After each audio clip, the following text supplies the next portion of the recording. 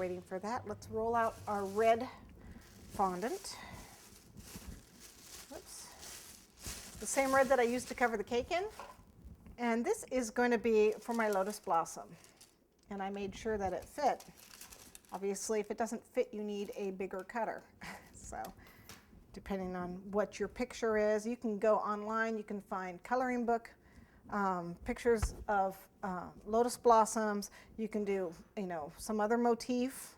Like I said, this is from a Dover book. Dover books are those copyright-free books. Okay, so we'll just roll this out.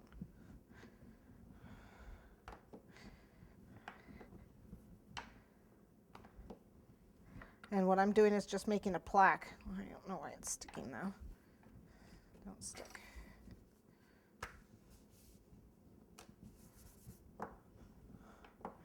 There we go. Okay. Oops. All right. So I've got a nice, not too thin of it. It's probably about 1/8 of an inch thick. 1/8 to 1/4. Cut it out, and then what I would normally do is put it on a piece of cardboard or something and let it dry, okay? But I have one already done, so let me go grab the one I have. See, and there it is, already dry. All right, so what I'm doing here is I am tracing on both sides of my parchment paper this flower. So I've traced it on that side and on this side. Now this book does not have the numbers on it. I did those myself. I'll explain that in a second. But what I did is by tracing it on this side, okay, and then that transfers the lead, my pencil, and then onto here, and then I traced on this side, which of course transfers the lead. So it depends on which way you want the flower to look. Do you want the flower to look this, or do you want the flower to look like that? Depends on which way you want it. And I actually want it to look this way. So I had to trace it onto both sides.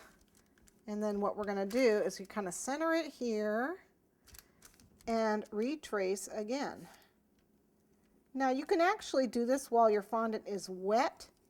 Just trace on, you know, on the one side, and it'll make indents into your fondant, an indentation.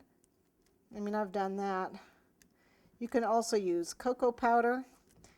I mean, the lead in pencils is non-toxic, but usually they save these plaques, they don't eat them. But if you're worried about that, you know, you just use cocoa powder on the back of your parchment paper and trace, and the cocoa powder will transfer. You can also do the pin prick method, where you prick it with pins to indent. Okay, don't forget a petal.